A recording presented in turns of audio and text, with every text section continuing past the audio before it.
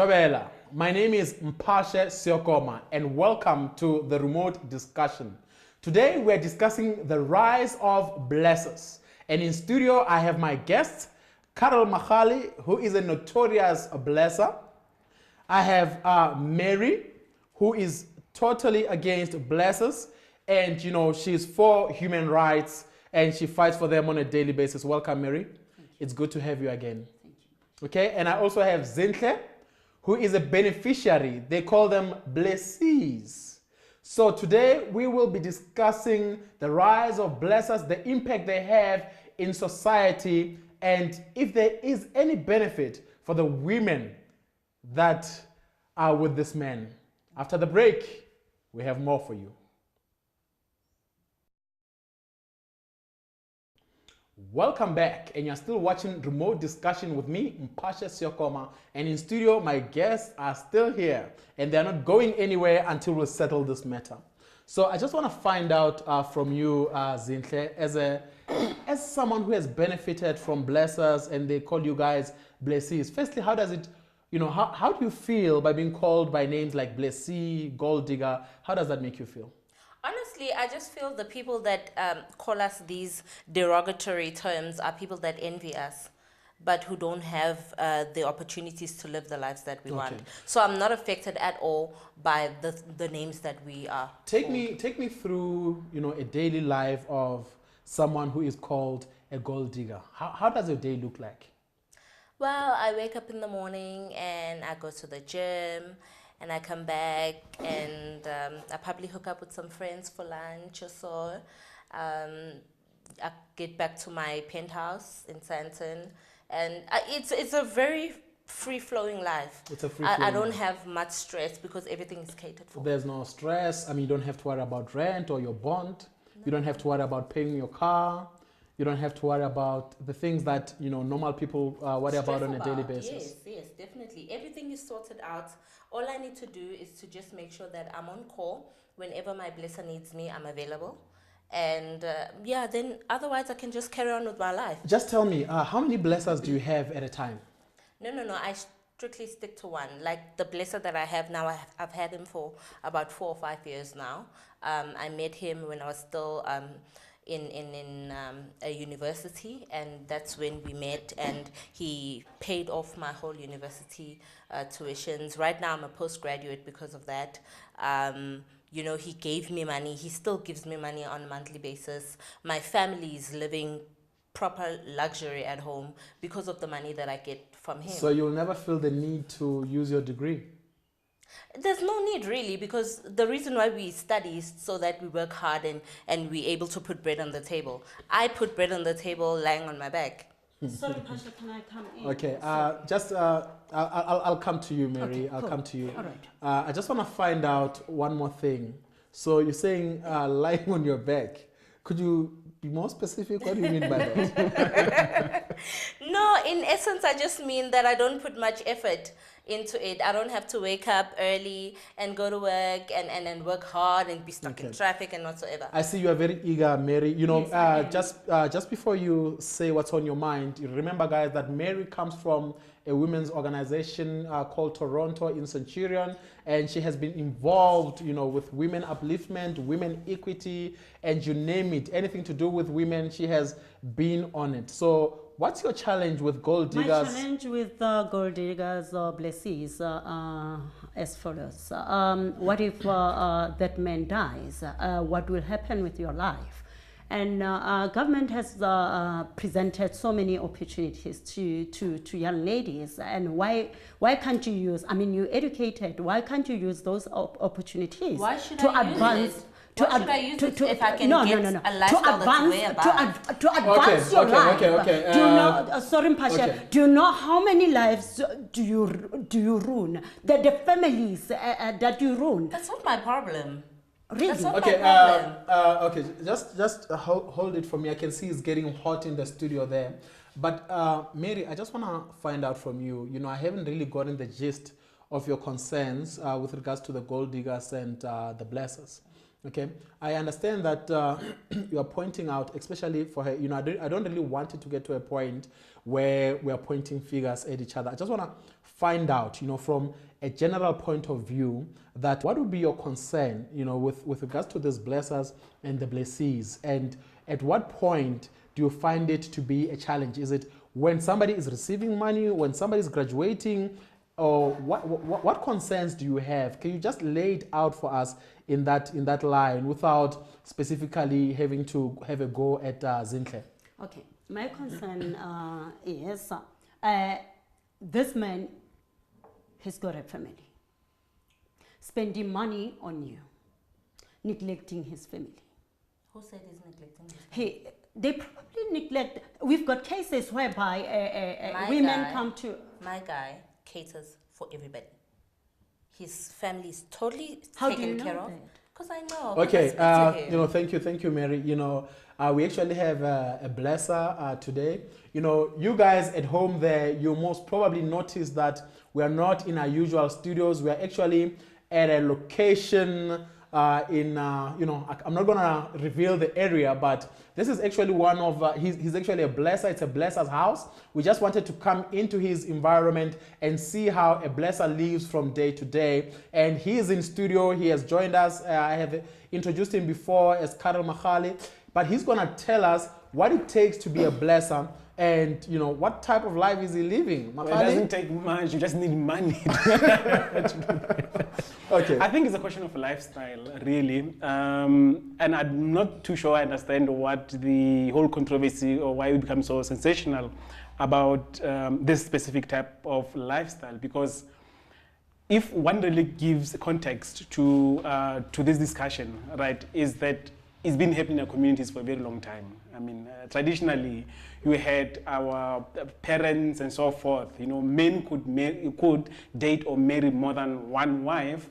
The measure that was used at the time was someone's pocket, how deep your pocket was. And that was measured by the size of your kettle, how many kettle you had. So you had leverage, so you had leeway. So it was happening throughout, and it was institutionalized. I think the thing here is that it is so sensational. It is so, we're dramatizing this, but it's been there for as long as I can remember. Mahali, you are actually, mixing two things here. Mm-hmm. You are mentioning the fact that a man used to marry more than one wife. I think the point that I'm trying to. But what you are telling us now is that you are sleeping around with more than one person.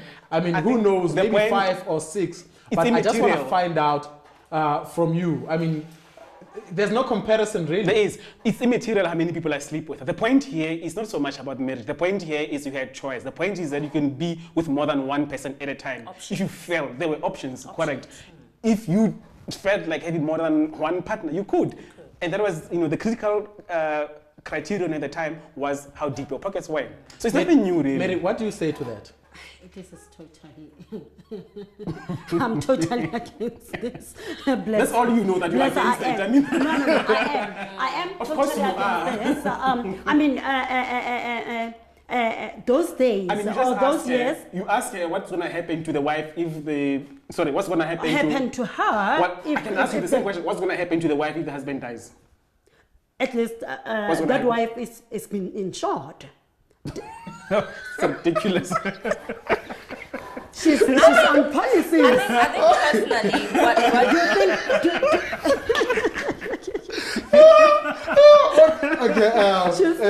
Excuse me, guys at home, forgive me for my unprofessionalism.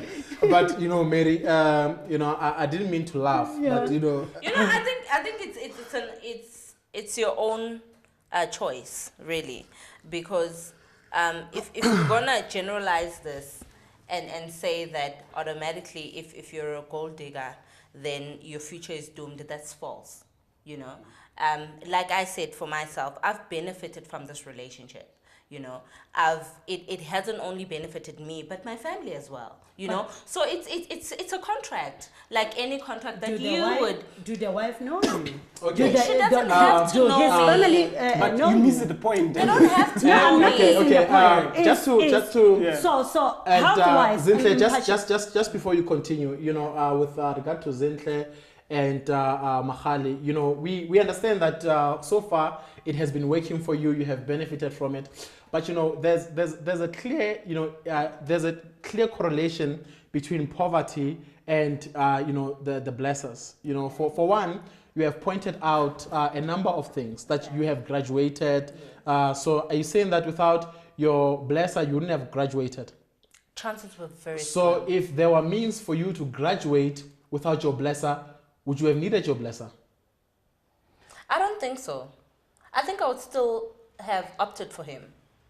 Okay, why?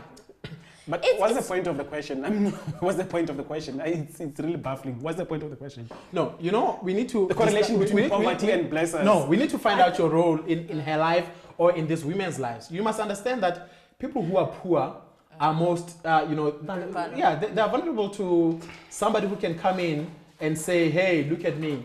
I can take you out of that poverty. So Yeah. you can't dismiss the fact that somebody comes from a poor background and you being the high and mighty who can save them comes into their lives, and one must ignore that. So you can't dismiss those things or make them seem unimportant. So that's what I wanted to find out from you. I will come to you. I'll give you a chance to have your say.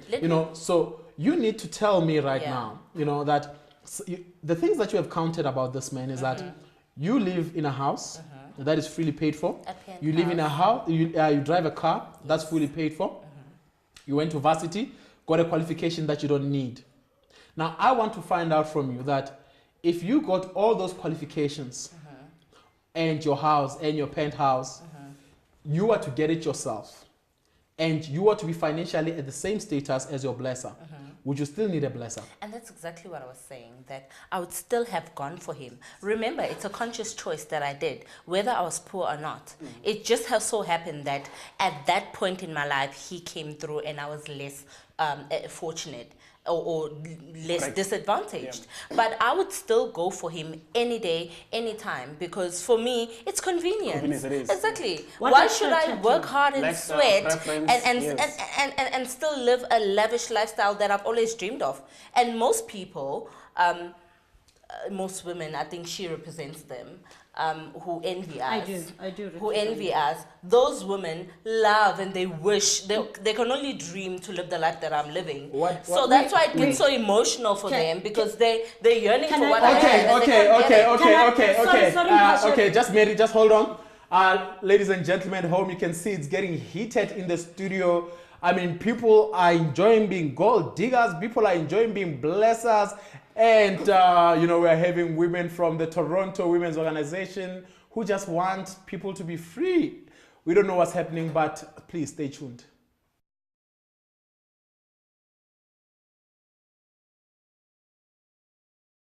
Welcome back to Remote Discussion. And in studio, I still have my guests, Karel Mahali, Mary, and Zinhle. Now, we have raised very important questions in studio today. Firstly, we want to find out, you know, power proportions. If someone is in a position of power, say for example, you are an employer and you get to a point where you sleep with your employee and that employee gets promoted, is that something that can be allowed in the workplace? And in the same light, if someone is a student coming from a poor background and they're failing to pay their tuition, and somebody comes in as their savior, pays their tuitions, takes care of them, takes care of their residents, and gives them everything that they need, and at the end of the day, they graduate. Is it okay for that particular person, if male, to be sleeping with a student or whoever might be benefiting from whatever they're giving them? Those are the questions that we want to find out today. And another thing is, for the gold diggers, the blessees, or whatever you want to call them, are they not being brainwashed by the lifestyle, by the look at me, by the holidays? Are they not being brainwashed? And they forget everything and anything that they need to stand for as women. And they just go in and say, hey, show me the money and I will give you whatever you want. Those are the issues that we're looking at today, ladies and gentlemen. Now we have Mary, who's been raising important issues. I mean, gender equity. We know that in South Africa, we have a lot of challenges when it comes to equity. For one, we know that black women are inferior to white women and white men. The same case can be made that black men are seen as superior when it comes to black women. Our blesser today says that it's about lifestyle and your level of thinking. So if someone is a high-level thinker, can they use their way of thinking to take advantage of everyone who has less inferior intelligence? Can they take advantage of them with their superior intelligence, as our blesser has clearly pointed out? Clearly, there are issues here that need to be sorted out, and today is that day when we're going to show you on remote discussion what needs to be done. Mary, please help me out here. You have pointed out a number of things that I have just mentioned to our viewers. And I know that you feel strongly about the rights of women. But on this show, we're about finding out the truth. And there is something called free will as well. As Zinhle has pointed out, that she is happy with what she's getting from the blesser. Are you maybe in the wrong in trying to tell people how to live their lives? What is wrong and what is right? What's your take on that? According to standards, it's wrong. Because Zinhle and young girls are confronted by so many opportunities that the government has given them. I mean, there are so many opportunities. I mean, the point that Zinhle said is that she's educated, but again, being educated, but she can't see herself being a director in a company. What is that? I mean, relying on a man. And again, the blesser himself mentioned something about if your pockets, if you're wealthy, deep, you can, if your pockets are deep and if you're wealthy, you can do whatever, you can entice whoever, which is our organization is against that.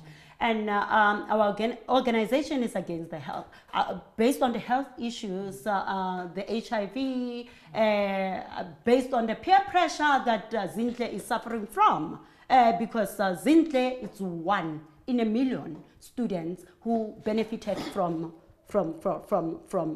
this kind of yes. Okay, thank you, Mary. Coming to you, Mr. Blesser. Thank you for inviting us into your beautiful home. But I just want to find out from you, being in a position of privilege where you can basically do whatever you want to do. I mean, let's just take it back, to the times of apartheid. You had a position where there was a white man who was in a position of privilege. There were black servants who worked in his house. He knew that they had nowhere else to go. I mean, we see this incident still happening in certain farms where somebody who's in a position of power can do whatever they want to the people who are under them, and there's nothing they can do because they need him in order to survive. Taking it back to you, right now there's a number of women, maybe 1, 2, or 3. You can clarify and tell us how many depend on you. Now, because of your social status and what you can give these women, wouldn't you say you are in a position to do whatever you want to them, and because you can give them whatever they want, there's nothing they can do to you? Broadly speaking, I'm in agreement with some of the issues that you raised. However, some are not unique to us blessers, like issue of abuse, power relations, and so forth. You can find the same issues of abuse and power relations in a very poor family. But would you agree that you are in the same category as all those other power abusers? I think the dynamics might be more or less the same. But the point here is, it's not that these people are... So you're agreeing that you do abuse some of these women? I agree that there are issues of power. Hang on, don't get too excited. I agree that there are issues of power imbalances, but those are not unique to us, right? The other thing is that you need to remember something, that these women are not, they're not held hostage, Exactly. They're not held against their will, exactly. Right? So they are more than welcome to leave whenever, it's a choice, to leave whenever they want to leave. So it's not so much that... But hold on, Mr. Blesser. I mean, if you're in a position where you have a car that's been paid by your blesser, you have a house that's been paid by your blesser, and you're going to school and it's been paid by your blesser, I mean, how can you just leave? They will take your house away from you, they'll take your car away from you, you will use your academic achievements. So can't you say, because of what, I mean, that's your power. the house, the car, the education. That's the power that you have over this women. And they can't just get up and say, I'm leaving today, because if they leave, they know they're not getting the car, they're not getting the house. I mean, come on, man. But I think, like I'm saying, correct. I'm in full agreement with it. But I think also is that we shouldn't create the impression that this scenario is unique to us, to bless us. These, unfortunately, are broader issues faced by society. Broadly speaking, even in poor families, you'd have the same sort of scenario or situation. It happens across. However, it's not that I'm condoning it. I'm just saying it broadly But you are happens. condoning it because you are doing it. Well, let me come in there. Can you let him answer, please? Well, like I'm saying, it's not so much that I'm condoning it. It's just that it's a question of lifestyle. It's my preferences. It's their choices. I know what I want, and I know how to go about getting what I want. That's pretty much okay. So Zintle, are you for prostitution? No, I'm not. But okay, I think, hold on. If you're not for prostitution, what's the difference between a gold digger and a prostitute? Well, what's the difference between a gold digger and a prostitute? Are you going to allow me to answer? If you do answer, yes. yes. Me to talk? Right. My observation and my opinion in this whole issue is that life, Mpashe, is a contract. Everything you do in life is a contract. You go into a store, you buy anything, you are making a contract with Woolworths or whoever that you are buying this in exchange for whatever that you're doing. Relationships are similar. It's a contract. Marriage itself, you're married. But you're not answering my questions, Zintle. I want to find out from you. Let me finish. What's the difference between prostitution and gold diggers? I need you to get there now. I'm getting there. Life is a contract. Everything that you do is a contract. There's nothing different that I am doing. We are not looking for poetry. I just want you to answer me.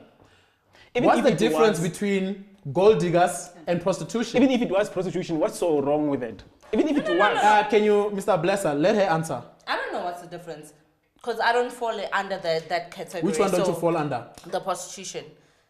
Okay, let me clarify. So I don't know in prostitution, what your opinion and what your view is. Generally, in prostitution, women sleep with men for money. And I understand that gold diggers sleep with men for money. What's the difference between you and a prostitute on the street? I'm in a relationship. With who? With my blesser. Are they not in a relationship with their clients? No, it's a one-night stand. Like you said, they sleep for money. I don't sleep for money. I'm in a relationship with him. But you do get money for that relationship. Clearly, that's different. Clearly, those are two different categories. So you are comparing apples and bananas here. Well, even the wife does get money from the husband, from that relationship. Either way. That's why I'm saying everything is a contract. What we are doing is not any different to what you are doing with your wife. You are in a contract with your wife. I'm in a contract with him. He delivers me certain things. I give him certain things. What is wrong with that? Why is it blown Mary, into please, such do come in here. So sorry, Zintle, what do you mean about giving him certain things? I don't understand. He gives me what I want. He gives you money. Can you be in as much as I know? And I give him whatever he wants. Like, listen, whenever I go to see my guy, I don't sleep with him all the time. There are days where we just go out for lunch at a luxurious Santon restaurant, and we have a chat. He vents out whatever anger he has with his wife at home and whatsoever. Okay, so it's not always sexual for me. Do you think if you looked for a job, if you were employed right now, if you were an executive, you wouldn't take yourself to Santon? I don't want a job. Just hold on. So, Mary, organizations like yours seem to be failing. I mean, with regards to what the guests in studio are saying, the blesser is happy with blessing and the blessee is happy with receiving. Mpashe, I think we're progressing with this whole thing. Statistically, in 2015, the stats research showed that we had 40% of students who relied on blessers to fund their tuition. But right now we're sitting at 20% of those. They're relying on government funds, aid like TEPSAS, like NEPSAS, and they now starting to, stand for themselves. Yeah. So, but do you think that organizations like yours are relevant in this type of matter? I think they are. They are relevant because there's an awareness to upcoming kids to schools. So we go into schools. So we may, we have courses that we offer to schools, primaries and high schools. Okay. So there are a number of programs that you have put there are in a number place, of programs to try that and we curb this conduct scourge. to curb the whole thing. All right. Mr. Blesser. It's a whole new world out there. Let's embrace it.